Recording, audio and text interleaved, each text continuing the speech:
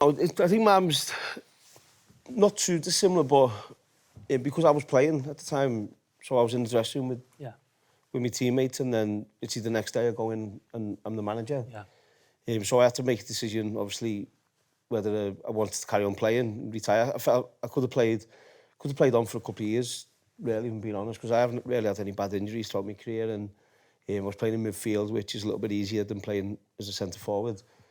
So I could have carried on, but then I wanted to start that journey as going into coaching, and so for me it was a bit strange, obviously, going into the first team meeting and the players are like, "What do we call you?"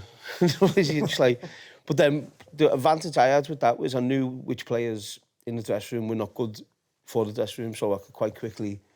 I took over the beginning of January, and so I was quite quickly trying to get them players out and bring players in. But then, so that season we stayed up, last game of the season, and then it was told to me that we were going into administration, we couldn't sign players. So for that as my first job was very difficult, and the players were brilliant. I have to say the players were, incredible really how they got on with it. I think I give like 20 debuts from the academy, players who'd never played first team football, and we had to really. But then I mixed that with a couple of players we brought Jack Yelker in, and Tom Lawrence made him captain. He was in there, but made him captain.